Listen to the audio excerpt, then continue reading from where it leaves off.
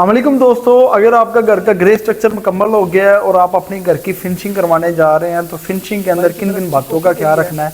और घर की फिनिशिंग के अंदर आपने सबसे पहले अपनी प्लानिंग करनी है कि आपने सबसे पहले इलेक्ट्रिकल वर्क करना है और इलेक्ट्रिक वर्क के बाद आपने सीलिंग करनी है। सीलिंग के बाद आपने टाइल का काम स्टार्ट करना है। जिस तरीके के साथ देख सकते हैं तो टाइल का काम के लिए हमने नीचे जो बेस को अच्छे तरीके से साफ़ किया है पीसीसी को, उसके बाद नीरो डाल के इसके ऊपर प्लस्तर की 1:4 की रेशो के बाद उसके बाद इसको प्लस्तर करने से आपने 3 से 4 दिन अच्छे तरीके के साथ 3 टाइम पानी लगाना है, क्यूरिंग करनी है।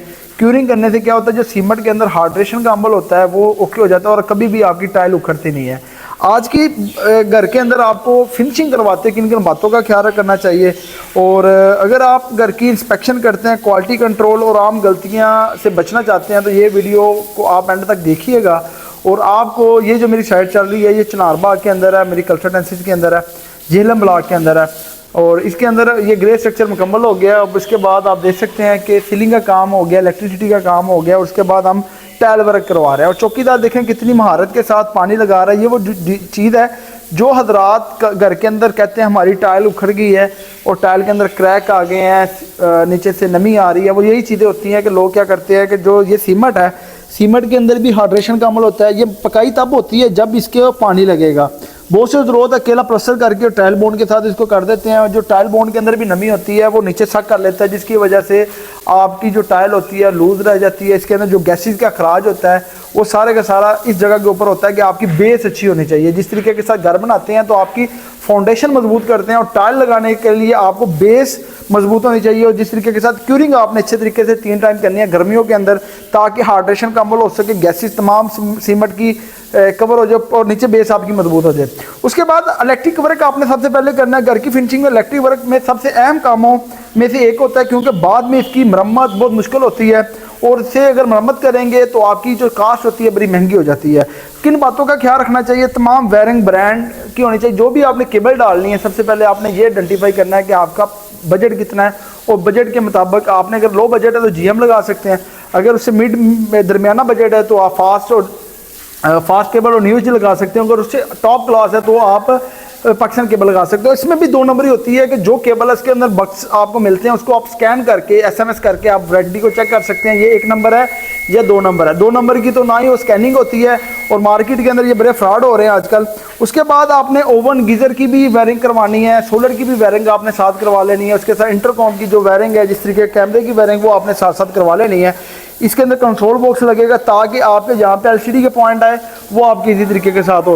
उसके बाद डीबी बॉक्स और एमसीबी बॉक्स और आरसीसी बॉक्स को भी आपने चेक करना है। उसमें फेज न्यूट्रल और की सही शनाख्त हो, जिसमें आप न्यूट्रल फेस के अंदर जो वायरिंग है आपकी वो भी आपने चेक कर सकते हैं। जिस तरीके के साथ ये आइडेंटिफाई आप देख सकते हैं, अर्थिंग की भी कर सकते हैं और इसके अंदर यूपीएस की भी वायरिंग को आप देख सकते हैं। और इसमें क्या होता है, आम गलतियां जो आप करते हैं, कम म्यार की वायर इस्तेमाल करते हैं जो लोकल मार्केट के अंदर आ रही होती है। इसके अंदर ना ही पता चलता है ये कौन सी है। और जीएम की जो वायर है वो फॉर एग्जाम्पल 329 का 6000 का कॉयल है, जो लोकल है वो 3000 का मिल रहा है बत्ती, तो उसमें गेज कम होती है। जब उसके अंदर करंट गुजरता है, करंट की वजह से आपका शॉर्ट सर्किट भी हो जाता है। घर के अंदर जो आग लगती है शॉर्ट सर्किट से लगती है, वो क्या होता है कि आप घर के अंदर बचत ज़्यादा कर लेते हैं, जिसकी वजह से बचत आपने क्वालिटी के अंदर कंप्रोमाइज़ नहीं करना, उसमें टू द पॉइंट सीधा लगानी है और इसमें ज़्यादा वायरिंग भी नहीं खरी कर देनी है। और जिस तरीके के साथ आपके घर के अंदर जितनी भी वायरिंग, जैसा सीलिंग के अंदर ये छोड़ी हुई है, ये लाइटों के लिए हमने पॉइंट दिए हुए हैं और ये आप देख सकते हैं 2 फैन और उसके साथ ये हमारे पास आ गया और सामने देख सकते हैं कि एसी का पॉइंट हमारे पास आ गया। ये वो चीज़ें जो आपको होगी। और घर के अंदर आपने अर्थिंग लाजमी लगानी है और तारों को ओवरलोड नहीं करना, इसके अंदर लोड डिवाइडेड हो, एक चीज़ के ऊपर ज़्यादा लोड नहीं कर देना। और बाद जब आप क्या करते हैं कि बाद स्विच बटन के अंदर 329 के ऊपर इस्त्री चला रहे होते हैं तो इस्त्री के ऊपर लोड ज़्यादा होता है, जिसकी वजह से वहाँ से वायर जट जाती है, जिसकी वजह से आपके घर के अंदर शॉर्ट सर्किट हो जाता है। तारों के अंदर ये आपने क्या, इलेक्ट्रिशियन आपका अच्छा हो जो तार को टू द पॉइंट लगाए, तार को ज़ाया ना करे और ना ही चौड़ी करे। और जिस तरह सीलिंग, जिस तरह छत के अंदर आप देख सकते हैं, जितने भी घर के अंदर सीलिंग आपने करवानी है बिल्कुल प्लेन करवानी है, सिंपल डिज़ाइन के अंदर करवानी है।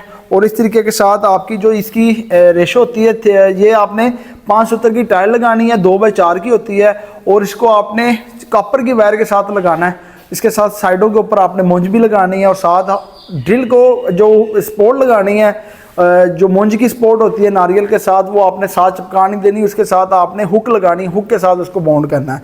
फॉल सीलिंग सिर्फ खूबसूरती के लिए नहीं होती बल्कि लाइटिंग, एसी की डक्ट और वायरिंग छुपाने के लिए भी इस्तेमाल किया जाता है। इंस्टॉलेशन से पहले तमाम इलेक्ट्रिक पॉइंट को आपने फाइनल करना है और यूनिट और डक्ट की जगह तय कर लेनी है, और एसी के पॉइंट जितने भी आ रहे होंगे, फॉर एग्जांपल अगर एसी आपका जहाँ पे आजकल ओपन हाइटेड पर्दे चल रहे हैं तो आपने वो चीज़ें देख लेनी है। अगर आपका क्लाइंट कहता है कि मैंने थ्रू द पॉइंट जाना है ऊपर तक, तो नहीं है, आजकल 8 फीट वाले भी चल रहे हैं, 9 फीट वाले भी चल रहे हैं और सीलिंग वाले भी चल रहे हैं, डिपेंड होता है आपका क्लाइंट क्या चाहता है। और इसमें आपने ये चेक करना है कि आपकी जो सीलिंग है इसके अंदर आपकी खुश्क टाइल हो, इसके अंदर आपकी जो इसका जो गेज है वो 5 सूत्र की होनी चाहिए और नारियल की हुक लगनी चाहिए और 10 नंबर की गेज की हुक लगनी चाहिए और हर 1 फीट के ऊपर आपके पास इसकी स्पोर्टें लगनी चाहिए ताकि आपकी जो स्पोर्ट है मजबूत रहे और आपकी हुक के साथ कवर हो। और इस तरह लाइटों के और टाइल वर्क के अंदर सबसे पहले क्या करना है कि जब भी जहाँ में भी आपने टाइल लगानी है उसके बाद आपने नीचे से जितना भी सीलिंग का वर्क होगा उसको आपने रिमूव करना है, उसके बाद पानी लगाना है, पानी लगा के नीरो डाल के इसके ऊपर प्लास्टर की रेशो को आप देख सकते हैं जिस तरीके के साथ इसकी क्यूरिंग की गई है ये। और इस तरीके के साथ अगर डायरेक्ट आप क्यूरिंग नहीं करेंगे, इसके ऊपर आप डायरेक्ट टाइल लगा देंगे, तो जैसे आप देख सकते हैं कि ये खुश्क हो के इसका कल डाला है और कल के अंदर 1 दिन के अंदर हाइड्रेशन हो गया। इसी तरीके के साथ इसके अंदर नमी होती है, इसके अंदर अगर पानी लगाएंगे तो मजबूत होगा। जहाँ से हमारी टाइल उखड़ती है वो क्या करते हैं, टाइल वाले साथ साथ प्लास्टर डालते हैं, अगले दिन ही टाइल लगा देते हैं। जो इसके नीचे गैसेस होती है, एयर बाहर नहीं निकलती और गैसेस की वजह से आपकी वहाँ पे टाइल उखड़ जाती है। तो प्रॉपर आपने क्या करना है, प्लास्टर करके 2 से 3 दिन इसकी क्यूरिंग करनी है और जो टाइल लगानी है वो भी डबल गरमाले के साथ लगानी है, टाइल को भी लगाना है और उसके बाद नीचे भी बॉन्ड लगाना है। वो वाइब्रेटर का यूज़ करना है, वाइब्रेटर यूज़ करके इसके अंदर स्पेसर जो देने हैं वो आप 1.5 mm के भी दे सकते हैं, 1 mm की दे सकते हैं, 2 mm के दे सकते हैं, जो डिपेंड होता है आपकी क्वालिटी। इसी में हमारे पास 2x4 की टाइल लग रही है और टाइल वर्क घर की खूबसूरती और पायदारी दोनों के लिए अहम होता है। बिछाने से पहले फर्श मुकम्मल लेवल के अंदर होना चाहिए, तमाम टाइल 1 पेज नंबर की होनी चाहिए। इसके अंदर ये देख लेना जो डिज़ाइन है इसके अंदर को मोटन का डिज़ाइन देना है कि बॉर्डर देना है या इसके साथ साइड देनी है, वो आपने चेक कर लेना। आम तौर पे स्कर्टिंग आजकल अंडरग्राउंड भी चल रही है, ये डिपेंड होता है कि आपके वहाँ पे क्लाइंट की क्या रिक्वायरमेंट है। इसके साथ फ्लश भी है और बाहर भी आ रही है। और इसके क्वालिटी को कैसे चेक करना है, हेलो ना साउंड ना हो और लाइनें सीधी हो, जॉइंट की अच्छे तरीके फिलिंग हो, ग्रोटिंग हो, आपने वो करनी है। ग्रोटिंग आपने करके उसको 1 आधा दिन स्पंज के साथ पानी लगाना है या 2 दिन है। उसके बाद इसके ऊपर आपने वाइट जो टेप होती है इसके जॉइंट के ऊपर लगा देनी है, उसके ऊपर आपने शापर डाल के इसके ऊपर प्लास्टिक पर डाल देना है। जब आपके घर के अंदर लकड़ी वाला भी काम करेगा, पेंट वाला भी करेगा, ये लाजमी होता है।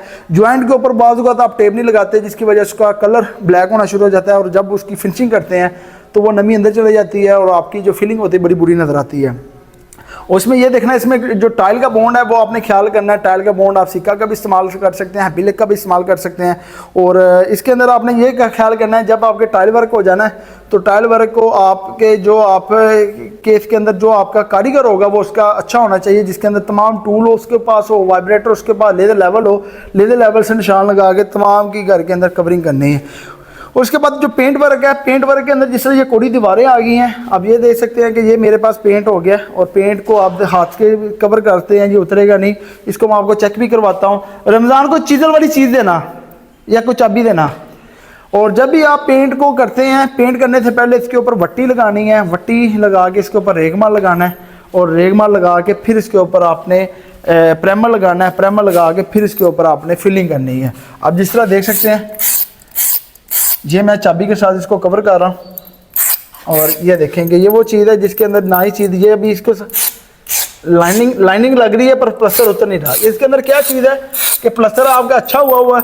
बाज़ औक़ात मैं साइड विजिट करता हूँ, वहाँ पे क्या होता है आजकल सीमेंट भी 2 नंबर चल रहा है और जैसे इसके ऊपर वट्टी रेगमाल लगता है तो यहाँ से आपकी सरफेस उतरना शुरू हो जाती है, नाखून के साथ भी उतरना शुरू हो जाती है। ये एक सैंपल आपको दिखाया है। इसके अंदर क्या है कि सबसे पहले आपने पानी अच्छे तरीके से दीवारों को लगाना है, उसके बाद आपने पीछे नीरो लगाना है, नीरो लगा के रेत को छान के इस्तेमाल करना है। उसको आपने 7 दिन 3 टाइम पानी लगाना है और आपका ये जो प्लास्टर है पूरी ज़िंदगी ना ही पेंट उतरेगा और ना ही वहाँ से उतरने की मेन रीज़न ये होती है कि लोग छानते नहीं हैं रेत को और पानी नहीं लगाते। पानी की हाइड्रेशन का अमल जिस तरह टाइल का बताया, अगर हम इसको पानी नहीं लगाएंगे यहाँ से भी ये उखड़ना शुरू हो जाएगा, और जब इसको भी पानी नहीं लगाएंगे ये भी उखड़ना शुरू हो जाएगा। वो ये जो चीज़ें हैं जो आपके घर के अंदर कवर होनी चाहिए। और इसके बाद आपने फिलिंग करनी है, फिलिंग करके फिर उसके ऊपर रेगमा लगाना है, और उसके बाद फिर आपने इसके ऊपर फिलिंग करनी है ताकि आपकी लेयर के अंदर आए। जब आपने लगानी है टॉर्च के साथ लाइट लगा के भी आप चेक कर सकते हैं कि आपका पेंट बिल्कुल एक्यूरेसी के अंदर है। इसके अंदर आप वाल पुट्टी भी लगा सकते हैं। वाल पुट्टी के तौर पे इसके अंदर क्या है कि आप वाइट सीमेंट, खुश्क दीवार है वाइट सीमेंट, और इसके अंदर आप गिलू का मजून जो होता है वो बना के, वाइट सीमेंट लिक्विड नहीं बनाना, मजून बनानी है, वो डाल के भी आप पहला बेस इसके ऊपर लगा सकते हैं ताकि आपकी जो नीचे से नमी है वो ऊपर से कवर ना हो। मुकम्मल खुश्क होने पर लगाना है। एक और अच्छा प्राइमर लगा के फिर दूसरे तरीके के साथ वाल पुट्टी करनी है, फिर उसके ऊपर रेगमा लगाना है, फिर वाल पुट्टी करनी है। फिर इसके ऊपर ये है कि आपकी 3 हाथ फिलिंग होनी चाहिए, 3 हाथ कोड होने चाहिए। जो आखिरी कोड वो आपके जब तमाम घर की तैयारी हो जाएगी, लकड़ी वाला काम कर लेगा, फिर उसके बाद का आपने काम चेक करना है। और इसके अंदर ये ख्याल करना है, आप डायमंड भी लगा सकते हैं, ICI के आप लगा सकते हैं, जोतन भी लगा सकते हैं। इसमें आपने बेस आपकी अच्छी होनी चाहिए। जो भी मैं कहता हूँ घर बनाने के लिए बेस, जिस तरह फाउंडेशन मजबूत होनी चाहिए, इसी तरीके के साथ आपकी दीवारें मजबूत होनी चाहिए, और टाइल के लिए भी आपकी बेस मजबूत होनी चाहिए। दरवाजे लकड़ी के लिए आप देख सकते हैं कि मैंने 8 फीट की चौगाठे लगाई हुई है, और चौगाठे बिल्कुल देख सकते हैं कि बिल्कुल साफ़ है। ये वो चीज़ें हैं कि जो ड्यूरिंग कंस्ट्रक्शन मसाला इसके अंदर आ जाता है, गैप आ जाता है, ये वो चीज़ें हैं। उसके अंदर आप देख सकते हैं ये लॉबी हमारे यहाँ आ रही है, बिल्कुल सिंपल डिज़ाइन के अंदर है, और ये किचन वाला एरिया है, और इस तरीके के साथ ये किचन का एरिया आ गया है, किचन के अंदर है। और इस तरीके के साथ ये हमारे पास POP के अंदर हम सीढ़ी के अंदर वॉल मोल्डिंग लगा रहे हैं। और इसके बाद आपने जो लकड़ी के दरवाजे और कैबिनेट लगानी है, उसके अंदर आपने ये चेक करना है कि आपने जो भी दरवाजे लगाने हैं वो ख्याल करना है। आजकल आपने सोलर के नहीं दरवाजे लगाने और ना ही आपने ऐश के लगाने। इसके अंदर क्या करना है, या इंजीनियर डोर लगा लें या सेमी सोलर लगा लें। अगर सोलर लगाते हैं, मैंने 3-4 साइडों के ऊपर काम किया है, उसके अंदर टेम्परेचर होता है, टेम्परेचर की वजह से लकड़ी सुखड़ती है तो ज्वाइंट दे देता है, तब भी आपको रिपेयरमेंट करते हैं। आप क्या करते हैं, सोलर के अंदर आप येलो पेन ऐश के या बॉर्डर बनाए, अंदर आप HDX का काम करवा लें, HDX के अंदर कवर कर लें, या आप फुल HDX के दरवाजे कराएं, वो भी सोलर होते हैं। और HDX के जो दरवाजे सस्ते भी पड़ जाते हैं, मुकाबला करते हैं आपके ऐश के और येलो पेन के होते हैं, और कभी भी क्रैक नहीं आते। मेन चीज़ जो भी दरवाजे के अंदर आप काम करवाएं, लकड़ी खुश्क लेनी है, और सोलर के अंदर ना जाएं, आप सेमी सोलर के अंदर जाएं या फुल इंजीनियर डोर के अंदर जाएं, ताकि आपके घर की मजबूती हो सके, क्वालिटी इंप्रूव हो सके। और सोलर दरवाज़ा आपका अगर ऐश येलो पेन के अंदर करते हैं तो वो दरवाज़ा आपका अगर 40 से 45-50 हज़ार का बन रहा है, तो HDX के अंदर वो दरवाज़ा आपका 20 से 22 हज़ार का बन जाता है। और इसी तरीके के साथ सेमी सोलिड आप जाएंगे वो आपका 25 हज़ार के अंदर बन जाएगा। वो चीज़ें बता रहा हूँ जो आपकी फ्यूचर के अंदर ना कवर हो। और इसके अंदर आपने दरवाजे लकड़ी के काम के अंदर क्या, लकड़ी खुश्क होनी चाहिए, फ्रेम सीधा होना चाहिए, कब्जे मजबूत होने चाहिए, और लकड़ी पर टर्माइट प्रूफिंग होनी चाहिए। अगर बाज़ औक़ात लोग क्या करते हैं कि जो चौगाठे होती हैं वो आप लगा देते हैं दीवारों के साथ, बाद में इसको टर्माइट प्रूफिंग नहीं। हमने क्या किया, GI की चौगाठे लगाई हैं, कब्जे इसके साथ फिट हो जाएंगे, और ताकि जो आप लकड़ी के लगाते हैं चौगाठे हैं तो वहाँ पे टर्माइट का आने का खर्चा होता है, तो उसको आपने वाइट टर्माइट प्रूफ लाजमी करना है ताकि आपके घर के अंदर टर्माइट का खात्मा हो जाए। गीली लकड़ी को इस्तेमाल नहीं करना, सस्ते हार्डवेयर को इस्तेमाल नहीं करना, ताकि आपका घर के अंदर क्वालिटी अच्छी रह जाए। किचन और वार्डरोब के लिए आपने क्या करना, सॉफ्ट क्लोजिंग हैंगिंग इस्तेमाल करने हैं, दराज आसानी से खुले और बंद हो सकें। और इसके अंदर से आपने शीट्स नमी बर्दाश्त करने वाली करनी है। ZR भी चल रही है, उसके बाद आपके पास KMA की भी चल रही है। उसके बाद आपके पास वो करनी है कि जो वाटर प्रूफ भी हो और अच्छी हालत के अंदर हो। और आम गलतियाँ क्या करते हैं कि लकड़ी तो ले लेते हैं पर उसके अंदर बॉर्डर के लिए आप टेप नहीं लगाते, वहाँ पे आप ट्रिम लगा लेते हैं, वो उखड़ जाती है, वहाँ से भी नमी अंदर जाती है। आपका कारीगर अच्छा होना चाहिए, लाइनिंग को सीधा होना चाहिए। और आपकी जो उल्ट होती है, इसके अंदर भी शीटें भी आजकल 2 नंबर किस्म की आ रही है, उसके अंदर भी टिल्टनेस होती है। फैक्ट्रियों से वो जो B क्लास का माल होता है वो अव्वल क्लास के अंदर दे देते हैं। वो चीज़ें आपने एहतियात करनी है। और जितना भी काम हो आपने साइड के ऊपर लकड़ी वाले से को बुला के शाम पे करवाना है। ये नहीं करना कि कटिंग आपकी आरे पे हो रही हो, कटर पे हो रही हो, वहाँ से भी आपकी शीटें गैप होने का खर्चा होता है। और सोलर दरवाजे भी आपने इधर बनाने हैं, इसमें एक तो चोरी नहीं होगी, दूसरा आपका मटेरियल सही लगेगा, तीसरा आपकी घर के अंदर बचत होगी। और नमी के ख़िलाफ़ हिफाजत को जो इक़दाम होते हैं वो लाजमी करने हैं कि पीछे आपने अगर बेस बना के अगर वहाँ पे आपने कोई फीचर वॉल बनानी है तो पेंट वो क्या करते हैं कि इसके पीछे लगा देते हैं। जब बाहर से नमी अंदर आती है तो जिसकी वजह से आपने नीचे जितनी भी एक्टिविटी है पेंट की वो करनी है, रेगमा लगा के प्राइमर लगा के फिलिंग करनी है ताकि इसके नीचे से बेस अच्छे तरीके से हो। और इसी तरीके के साथ आपके पास वॉशरूम की जो टाइल लगानी है उससे पहले आपके अंदर क्या करना है, अपना प्रेशर टेस्ट लगाना है। प्रेशर टेस्ट लगा के अपने PPRC UPVC को चेक करना है ताकि कहीं से लीकेज तो ना हो। अगर टाइल लगा के आप लीकेज चाहे देखेंगे तो फिर लीकेज नहीं आइडेंटिफाई हो सके। ये वो चीज़ें जो आपको होनी चाहिए। और इसके बाद जितना भी काम जब हो जाएगा घर के मुकम्मल, तमाम लाइटों को आप ऑन करें और उसके बाद तमाम सॉकेट को चेक करें, तमाम नलके और शावर को चेक करें और तमाम दरवाजे खोल कर चेक करें, इसका लॉक चेक करें, तमाम टाइलों पर वर्क करें, छत पर पानी डालकर ड्रेनेज को चेक करें, पेंट की फाइनल फिनिश चेक करें, अलमारी दरवाज़ों को बार बार खोल के बंद करें और चेक करें। और इसी तरीके के साथ आप घर के अंदर तमाम घर को कवर कर सकते हैं। और इस तरीके के साथ जो टाइल का काम ये बड़ा इंपॉर्टेंट होता है। प्लास्टर को पैरस का आपका दिखा दिया, इलेक्ट्रिसिटी का बता दिया, ये प्रॉपर स्टेजेस बता दिया, इसके काम की क्वालिटी को आप किस तरीके के साथ चेक कर सकते हैं। और घर के अंदर जो फिनिशिंग है इसकी स्टेज भी बता दी है। और इस तरीके के साथ आप घर की जो फिनिशिंग है वो करवा सकते हैं। अगर वीडियो मेरी आज की वीडियो के अंदर अच्छी लगी है, मेरे चैनल को लाइक और सब्सक्राइब करें। इसकी बाकायदा फिनिशिंग जैसे जैसे होती है वो आपको शेयर करूँगा ताकि आपके घर के अंदर जिसके ऊपर आने वाला ख़र्चा वो भी आए। और अगर आप POP लगाते हैं बॉर्डर जिस तरह ये डिज़ाइनिंग की गई है, अगर ये आपने प्लस्तर से यानी कि जैसे होगी कोड़ी दीवारों के ऊपर लगाना, पेंट करके नहीं लगाना। अगर पेंट करके लगाएंगे तो इसके ऊपर बॉन्ड नहीं बनेगा, ये प्लास्टर को पैर से आपका उखड़ जाएगा। ये वो चीज़ है, अगर इसको पीछे से नमी ना आए और वैसे लग जाए तो ये पूरी ज़िंदगी कहीं नहीं जाती। अगर इसके पीछे आप पेंट करके इसके ऊपर लगाएंगे तो बॉन्ड नहीं बनेगा। अगर आज की वीडियो अच्छी लगी हो मेरे चैनल को लाइक और सब्सक्राइब कर। नेक्स्ट वीडियो में नए टॉपिक के साथ मिलते हैं। अल्लाह हाफिज़।